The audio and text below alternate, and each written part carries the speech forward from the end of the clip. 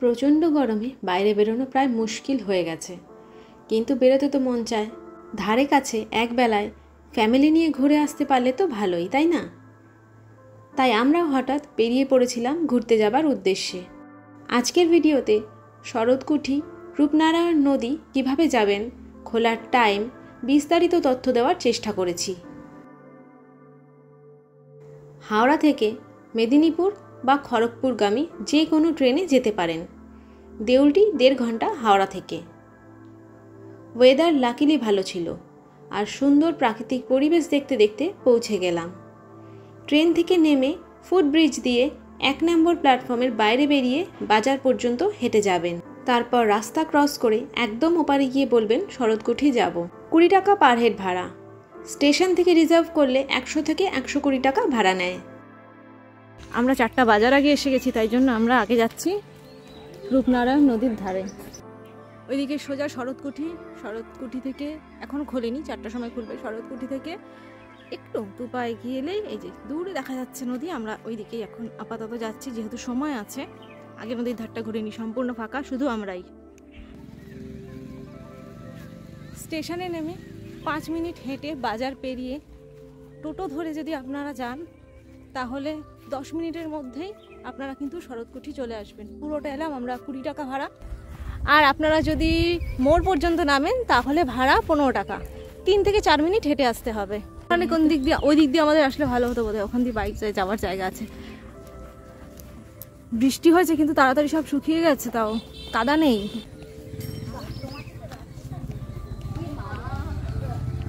রাস্তাটা না আপনাদের একটু খুঁজে নিতে হবে। সকালে গেট খোলে 8টায় এবং দুপুর 1টা পর্যন্ত খোলা থাকে। তারপর আবার বিকেল 4টায় খোলা হয়।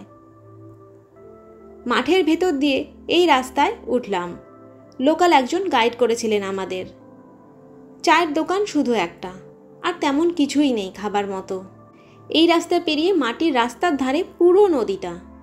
রাস্তাটা একটু আনকমফোর্টেবল, যেমন হয় নদীর ধারগুলো। রাস্তার মাঝে এমন কিছু উঁচু নিচু স্টোন রয়েছে। বাচ্চারা বা বয়স্করা গেলে একটু সাবধানে ঘুরবেন।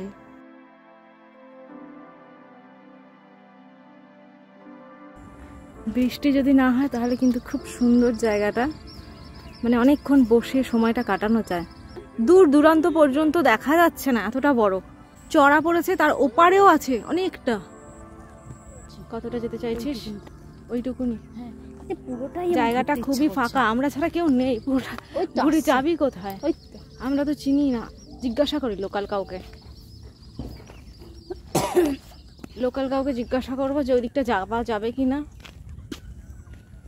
গিয়ে কতটা যাওয়া যাবে, কতটা আসা যাবে। প্রাকৃতিক দিক দিয়ে দেখলে খুবই সুন্দর, কিন্তু খুব ফাঁকা নির্জন, তাই আমরা বেশিক্ষণ থাকিনি। লোকাল একজন বললেন উইন্টারে খুব ভিড় হয়। আমরা ফাইনালি একটা বসার জায়গা পেয়েছি। চা আছে, ফুচকা আছে, আইসক্রিম আছে। এই যে ওই এই যে আইসক্রিম আছে, কিন্তু আইসক্রিমওয়ালা নেই, তাই জানি না আইসক্রিমের ব্যাপারটা আমরা। আর এই আছে টুকটাক। ফুচকাটা টেস্ট করবো ভাবছি। 4টে বেজে গেছে, তো আমরা এবার যাচ্ছি শরৎকুঠির উদ্দেশ্যে। 4:10 আমরা এখন যাচ্ছি শরৎকুঠির উদ্দেশ্যে। এখান থেকে 1 থেকে 1.5 মিনিটের পথ শরৎকুঠি। ফুচকা টেস্ট করে বেরিয়ে পড়েছিলাম শরৎকুঠির উদ্দেশ্যে। ডান দিকে রূপনারায়ণ নদী, বাঁ দিকে শরৎকুঠি। রাস্তার ধারে শরৎবাবুর বাড়ি। কোনো প্রবেশ মূল্য নেই এখানে।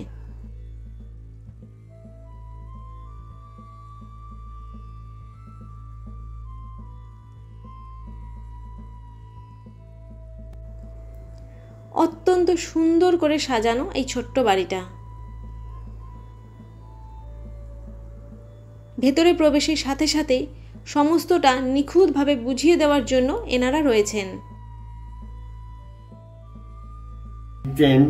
এটা ওনার লেখার ঘর ছিল। সামনে চেয়ারটা লক্ষ্য রাখুন, চেয়ারটা বসতেন, টেবিলে খাতা রাখতেন।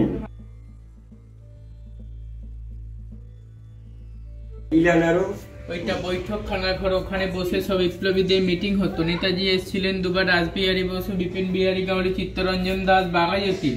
নদীপথে আসতেন হারকেল লণ্ঠন জ্বালিয়ে, ঘরে বসে মিটিং। ডান দিকে ঘড়ি চলছে, লক্ষ্য রাখুন 100 বছর আগেকার ঘড়ি। একদিন দম দিলে 7 দিন চলবে। আলমারিতে যে বইগুলো রয়েছে উনি পড়াশোনা করতেন। আর সোজা যে ছবিটা রয়েছে সাদা ফেঁয়ের পাশে বাঁধানো ছবি, এটা নাতিনাথ বইয়ের ছবি। এই খাঁচায় ময়ূর পুষতেন, এখন ময়ূর রাখা নিষেধ, তাই ময়ূর রাখা হয় না এই খাঁচাতে। ঠাকুর রয়েছে, রাধাকৃষ্ণ ঠাকুর, শ্বেত পাথরের মূর্তি। চিত্তরঞ্জন দাস যখন দেশের উদ্দেশ্যে অ্যারেস্ট হয়ে গেছিল ওনাকে দিয়ে গেছিলেন, সেই ঠাকুরটা আজও নিত্য পুজো হয়। চিত্তরঞ্জন দাসের বাড়ির ঠাকুর, আলমারিতে ওষুধ রয়েছে। রাধাকৃষ্ণ ঠাকুরের পাশে তার লক্ষ্মীর হাঁড়ি রয়েছে। ওনার বাসভবন, রান্নার ঘর, গাছপালা সব কিছুর সাথে ওনার স্মৃতি জড়িয়ে আজও বাঙালির মনে।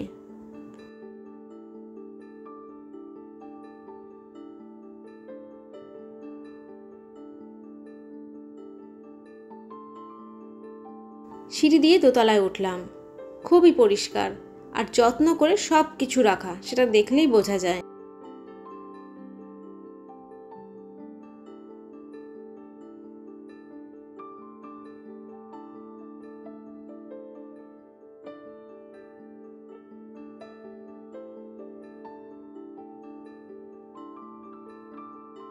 দোতলা থেকে ভিউটা অনেক বেশি সুন্দর। দোতলা থেকে রূপনারায়ণ নদীও দেখা যায়, দারুণ ভিউ। একটা দিন বা একটা বিকেল নিরিবিলিতে কাটাতে চাইলে ফ্যামিলি নিয়ে ঘুরে আসতেই পারেন। ভিডিও ভালো লাগলে লাইক, কমেন্ট, সাবস্ক্রাইবের সাথে শেয়ার করতে একদম ভুলবেন না।